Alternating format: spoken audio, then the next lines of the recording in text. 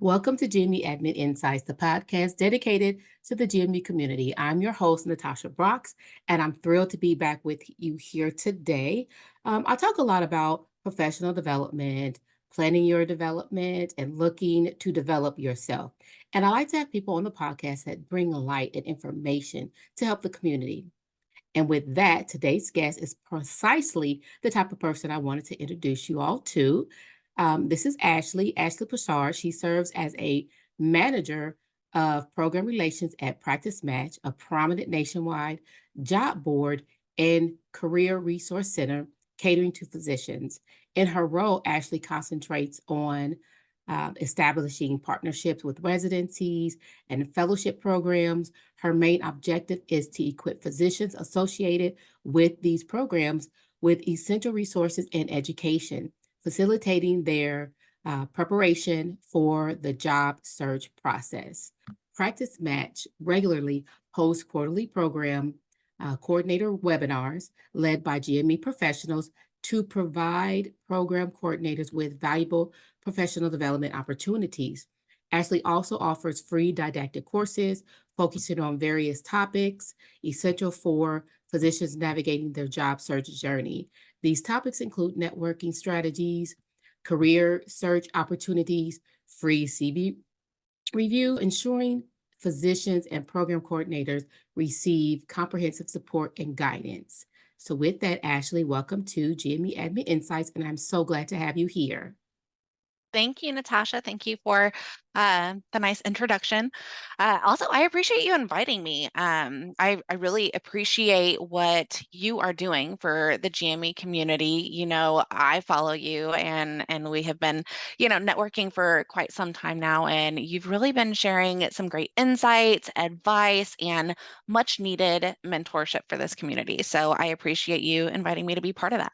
Thank you, Ashley. Many of you probably don't know, but me and Ashley, we met many moons ago, but we stayed in contact through those years. So you know how you meet someone online and you talk to them, but you haven't seen them in person. So that was me and Ashley for years until we met, was at ACGME like a couple Hmm. of years ago. So Ashley has done some great things for the GME community when it comes to professional development lectures, especially for coordinators. And so we'll get into that later. But she is a great person, and I know my listeners would love to hear hear more about what she has done, to continue our professional development. So let's jump right in with the questions. So, first question, Ashley, tell us about you and then what you do for Practice Match. Yeah, so I am the manager of program relations here at Practice Match. My primary responsibility is building relationships with residency and fellowship programs. So, getting them engaged with Practice Match and the resources that we offer. I do think it's important to share that before I joined Practice Match, I was an in-house physician recruiter. So, as a recruiter, we worked closely with our local residency programs, offering things like CV review and mock interviews. And, as a recruiter, our goal was, of course, to build relationships with the residents in hopes that they would come to us for a job after residency. And sometimes that happened and sometimes that didn't. But through those experiences, I realized that many of them didn't understand the job market. They didn't understand what questions they should be asking during their interviews to make sure that, the job aligned with their goals. So as a recruiter, I also worked with some physicians that just didn't know what they were doing and how some of the decisions that they made really negatively impacted their candidacy. So, in that role as a recruiter, I really developed a passion for mentoring physicians and preparing them for their job search. And Practice Match has really allowed me to take that passion to the next level. I have all the resources that I need to offer all of the education and resources to physicians that I always wanted to tell them when I was a recruiter, but I didn't have the time to do that. So now I get to focus fully on mentorship and education, and I love it. That's great, especially so you could just like one-on-one, especially with a group or a specialty, and just give them the information and the knowledge that they may need, especially right out of residency. I know a lot of my residents are kind of like scared, like, what about to do, and stuff like that. So this is great information for them. Why do you feel like that need? I know you said that you were a recruiter, but why do you think helping them is so important? That's a great question. And I love it. I love helping them. I get to do it every day. So we have a nationwide job board with over 20,000 physician jobs in every specialty. We Mhm. host career fairs, both live and virtual. We offer all of the education and resources that they need, not only to get the job, but to get the right job that aligns with what they want professionally, that pays them what they deserve to be paid based on the market they're in, and how their contract reads. Very, very important. We also have, free CV review, a free CV builder, real-time compensation data from real contracts. That is so valuable, and people don't even know. So that's something that we just added in the last year. Very excited about it. We have education and guidance on how to define their ideal practice, how to conduct their job search, recruitment models, red flags to watch for, contract negotiation, immigration assistance, financial planning, student loans and PSLF, insurance. Like it goes on. Yeah. And, I've been working very hard to bring some of these things, and a lot of them are new within the last year and a half. So very excited about them, and they're very important, and many physicians entering the job market don't understand. So I don't know if you know, but 50% of physicians actually leave their job in the first 5 years. The Oh, question that, I didn't know yep, that. it's true. And, I attribute a lot of that to not knowing how to define their ideal practice. They don't know what questions to ask in their interviews. Very important piece of it. And then, things happen that aren't defined in the contract. So there's a lot that goes into that, but that's a big deal. It's not good for the physicians because physicians are often relocating for their jobs. So they're having to uproot their family to go find a job that they like better. That's not good for our healthcare systems either. Healthcare systems spend a lot of money to recruit physicians, to promote physicians, to build their patient base. Having a physician changeover is, it's just not good. It's not good for the healthcare system. So there's that. But you asked me, why do I feel it's important? And mostly it goes back to the physicians that don't know what they're doing and how their decisions impact their candidacy or their happiness. It's really the ones that I can't or couldn't help that stick with me. And I can give you some examples. And, if anyone's had me do a didactic course, I share these examples because I think it's important to understand that if you don't educate yourself in advance, you could be one of these examples. So, it's the OBGYN who had shoulder surgery and can no longer practice as an OBGYN because she didn't have true own occupation insurance. She didn't know she needed that until she hurt her shoulder. It is the ambitious doctor that went ham on his job search and applied to every job posting in the city he wanted to work in, not realizing that some of those job postings were actually with firm recruiters. And he just painted the whole city with his CV and basically blacklisted himself from working there for the next 2 years. And he just didn't know any better. I train on how you don't end up in that position. It's the bariatric surgeon whose contract switched over from the income guarantee time period to the productivity period. And she'd been working too much general surgery, call to focus on building volume in her practice. The hospital system didn't give her enough marketing support. She didn't ask the right questions in her interview, and she didn't make sure her contract clearly stated what she was responsible for. So now she's extremely unhappy and she just took a major pay cut. These are real people. And they're the ones that I remember. Physicians very rarely receive this education when they're in residency, and program administration really doesn't have the time to take that on. You all have enough on your plate already. How are you supposed to become an expert on physician contracts or, student loan repayment in addition to that? So um, I just find it important because all of these scenarios that I just mentioned are avoidable. Wow. Yeah, that's very in depth, and that I did not know. It's good that, there is a dedicated place where they can go to get that information. Wow, those examples are crazy though. Like, It's really true. if you don't know, it's like, you're screwed.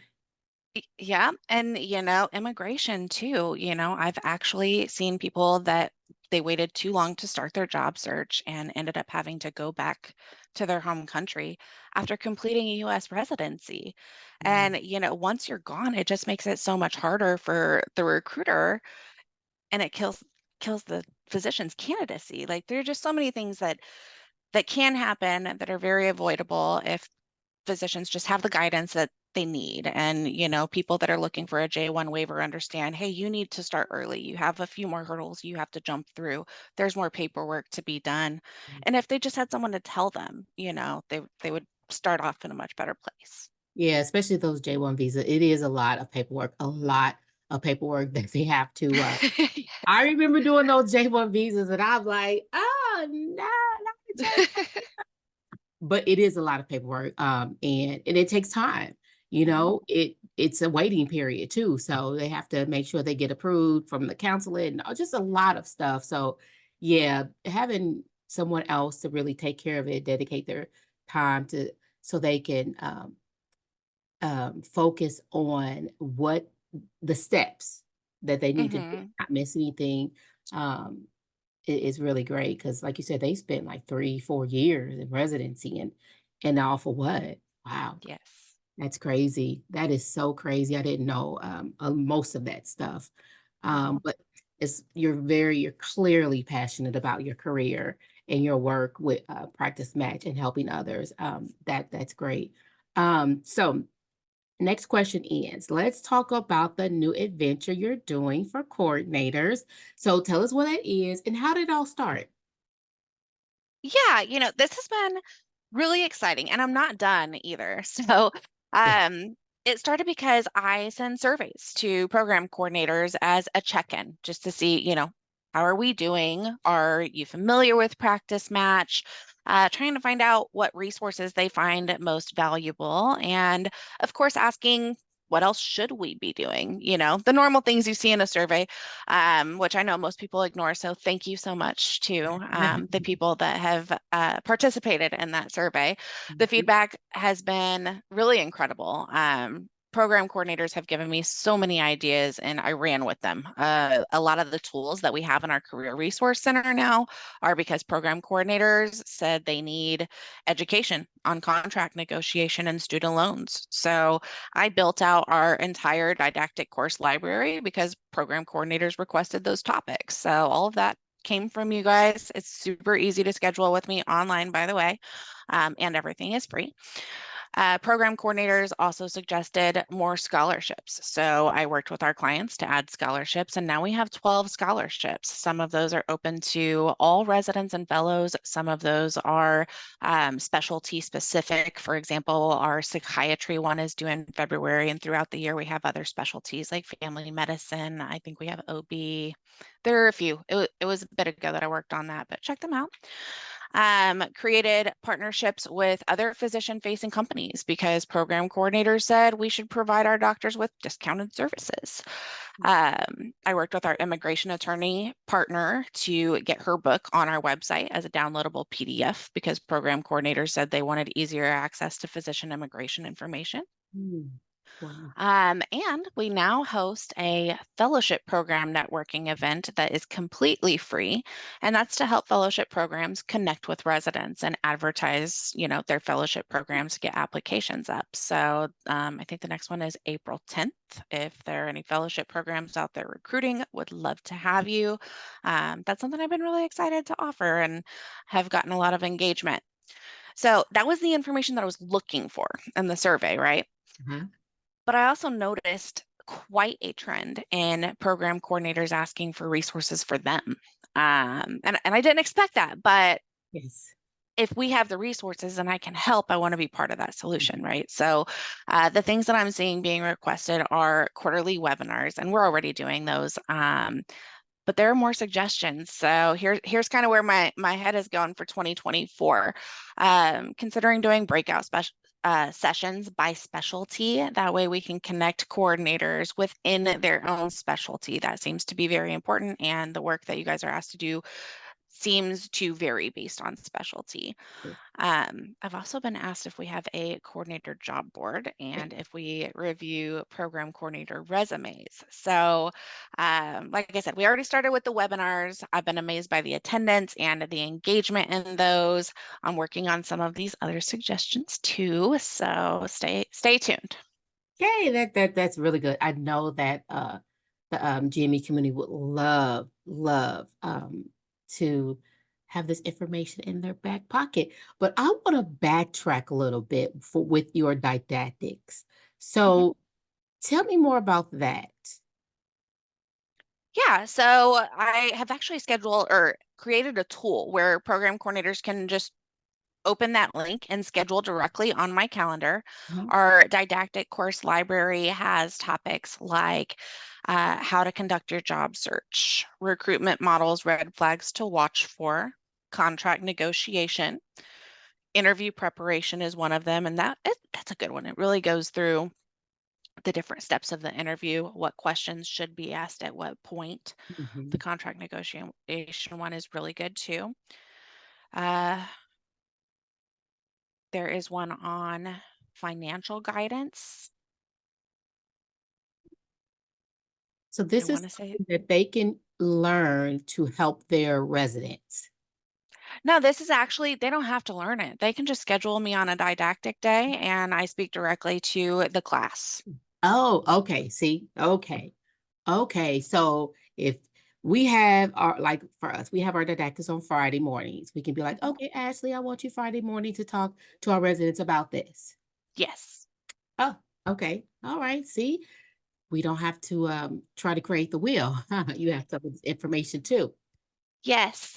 And trust me, you don't want to. I spent months on these things. That's good to know. See, that's really good to know. Okay. And I know like with our residents, we've had our first class, they still kind of, have questions. So can they still do that one-on-one with you, or should they go to like a session? Yeah, they can definitely reach out one on one. And, there have been some coordinators too that have said, I only have one resident that is going through this contract negotiation process at this point. Will you just do this course for them? Absolutely. Whatever you need. I can tailor it if, you want to cover two topics in one day. I can do whatever's needed for the program. Very flexible. Okay. Okay, that's great information. That is great information because I know that residents do always have questions. And a lot of times, you're like, I don't know. But, now someone that could be like, you know what? Let me give you to Ashley. She can help you with You that. know what? That is my favorite. I'll be honest with you. So I did a interview preparation didactic course for a program, and there was one physician who, he just wasn't feeling very secure, and he wanted to talk through it, and the recruiter didn't get back to him right away. So like, we're emailing a couple times a week, and finally he got the job, and he was so excited, and he couldn't wait to tell me. And that's what I love. Like I want to see it go, from this is how I got to meet you to seeing you, excited that you got the job that you really wanted. So I love that. I love it when they reach out after and I can see them through the whole process. Okay, okay. So you learn something new every day. Every day. Okay. So thank you. Thank you for sharing that with me because I didn't understand fully until now. So yay. I'll be Yeah, doing that. I'll be doing that. Because I great. know my residents are always like, question. I'm like, but now I have a contact in my back pocket that I can share that information with. All right. Absolutely. So why do you think it's important for program coordinators to like engage in different types of professional development? What would you say? I think because that is how you grow and how you stay focused and stay motivated, especially in your guys' role. So, you know, I'm not a program coordinator. I don't pretend to understand in detail what you do on a daily basis. But I did feel that in order to do my job effectively, I needed to understand what you're responsible for and, what a year cycle in the life of a program coordinator looks like. And it's absolute insanity to me, by the way. I've seen some of the graphics and it's like this circle crosses over this circle. And I'm like, how do you even do that? And Or not only that, line after work. yes, yes, don't blame me one bit. But I've sat on multiple webinars with program coordinators and I've had one-on-one conversations with program coordinators as I'm trying to figure out what I'm doing next and building out for the community. And what I'm hearing is you're exhausted, right? Like there isn't enough time. There's not enough training. There's not enough support. There aren't enough resources. And, if they're not giving it to you, you have to go find it. It's so important that you're taking time for you, that you're feeling inspired, that you're continuing to grow professionally and not just getting stuck on the hamster wheel of what you have to do next. Because what's important is that you want to get up and go do what you do every day. Mhm. So if you're not taking time to make sure that you're satisfied and you're growing, you're going to lose that. So professional development is very, very important. Very much so. I think that's another reason why, I created this and Jimmy Admin Insights and the podcast because we didn't have anything. And what I wanted to build myself, I'm like, where's it at? Even though our institution didn't have anything. So when I started to create and to build and to learn, then I fed that to the coordinators that or was that my job um, to help them grow as well. So not having the information, the teaching, the any of that, it's really not out there. You really have to look for it. You really have to search for it in order to even find it. So, and I know that Practice Match, you have like professional development. You offer that for program coordinators, and you talked about that. A part of professional development or developing yourself, it's also like giving lectures, stepping out there to, give talks and give lectures. If someone wanted to give a lecture, what would you should suggest for them to do? How would they go about doing so, especially, with you? Yeah, just reach out to me. Our webinar series is program coordinator led. I absolutely plan to keep it that way because, again, I'm not a program coordinator. I am just a host providing the space for you to do this. So if you want to do a lecture, that's fantastic. Please reach out to me. You can email me at aposhard@practicematch.com and give me an idea of, what you want to speak about and what the content would be about. And I will go over it with my network just to make sure that that's going to appeal to the masses. And if it seems like a good topic, let's schedule it. I facilitate everything. I have the Zoom license, so we can do a big webinar. I do the advertising for it and get the audience, and then you can just kind of present what you want to present. I'm also, really open to suggestions from program coordinators on what more is needed. Um, I was told recently that the annual turnover rate for program coordinators is 35%. So if there's anything that I can do to be part of the solution, I want to do it. Selfishly, I need program coordinators to be happy and stay put so I can spend less time chasing everyone around. So Yeah. so let me help. Anything I can do, you Yeah. just let me know what's needed. I Mhm. think training is like a big thing that is missing when you become a coordinator. I really, really do. For sure, especially when the cycle is a year, it has to take at least 3 years before you even feel like you know what you're supposed to do next. Exactly. And then even though it's like the same thing over and over again, it's still something different every day. So it's like, okay, I got this, and then something else will come. Like, oh man. And then okay, I got it next year, and then it'd be something else. So it really is like a ever evolving job, which I think that's why I like it because it keeps you on your toes too. Yeah. So, and I know you help like the residents a lot with their CVs.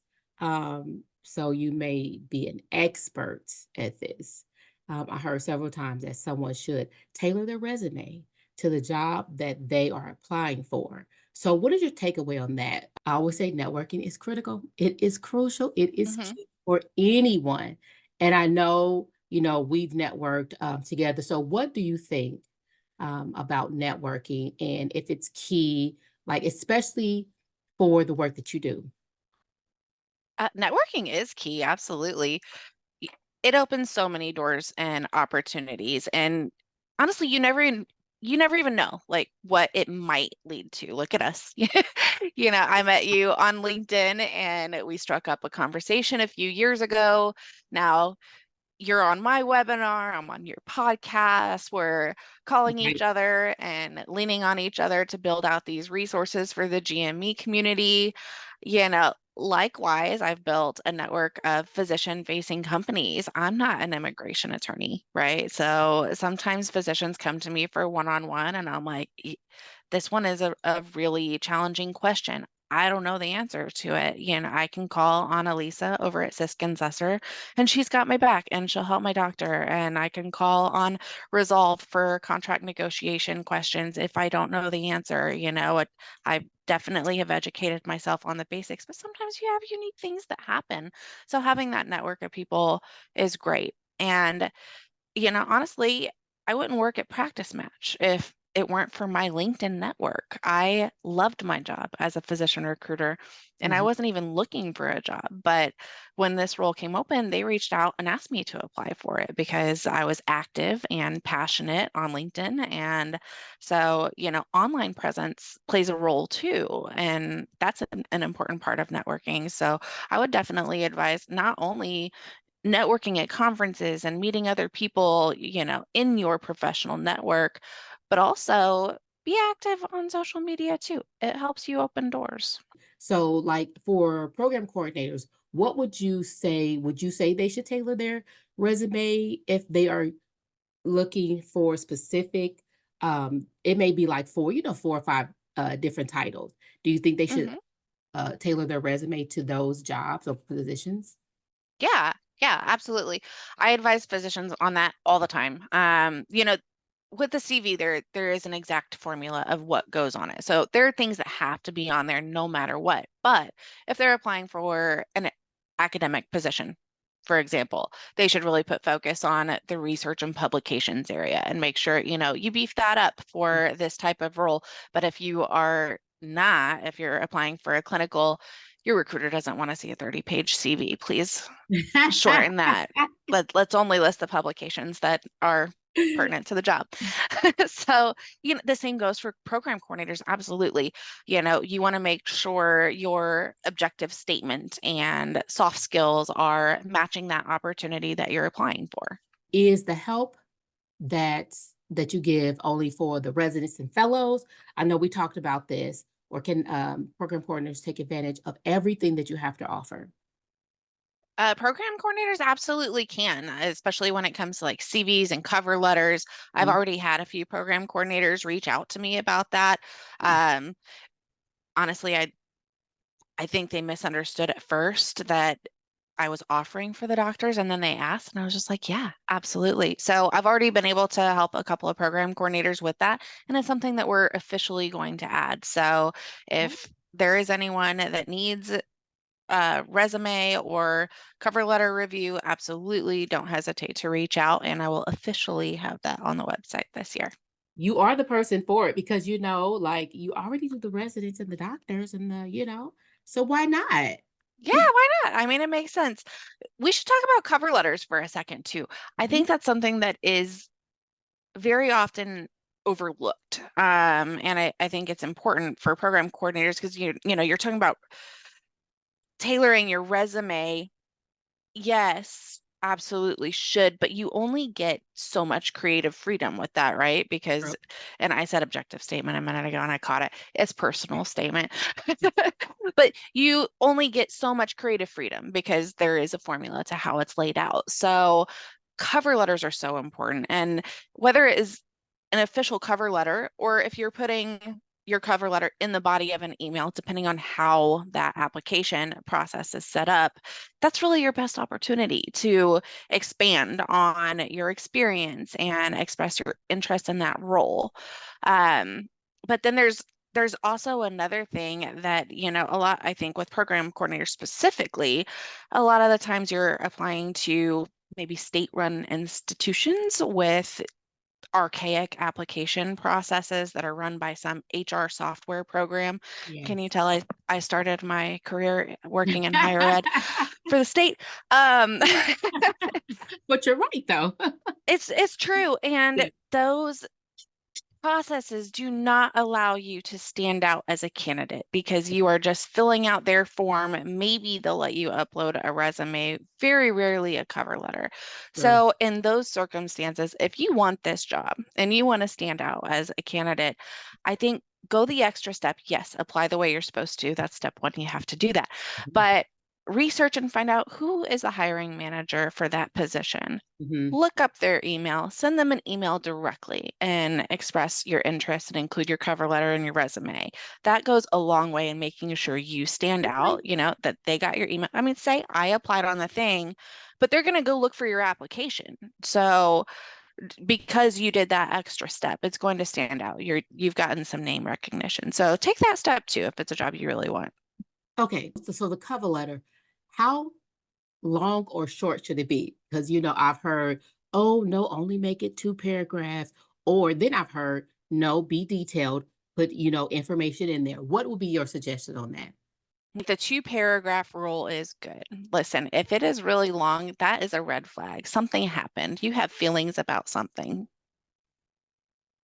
It doesn't need to, you don't need to go into all that in your cover letter. You want to keep it short and concise. Express your True. interest, maybe expand on, what qualifications make you qualified for the role. But in my experience, if I get a long cover letter, they are going into some details about something toxic that happened. This is why, the GME community needs this. So, another question I want to ask you is what advice would you give someone that may develop the imposter syndrome on their new position? Why do we do this to ourselves? I know. Um, we do. And, I don't want to make this about women, but imposter syndrome, it does. It affects women at a much higher rate. I remember reading a study that men apply for a job when they meet only 60% of the qualifications, but women only apply if they meet 100 of them. Yeah. So, you know, if you don't believe in you, who's going to? We have to stop like the negative self-talk. You're never going to get the next opportunity if you don't go for it. And I feel like as soon as you're starting that new opportunity, you need to be looking at the next one already and performing at the level that, you're ready for the next step.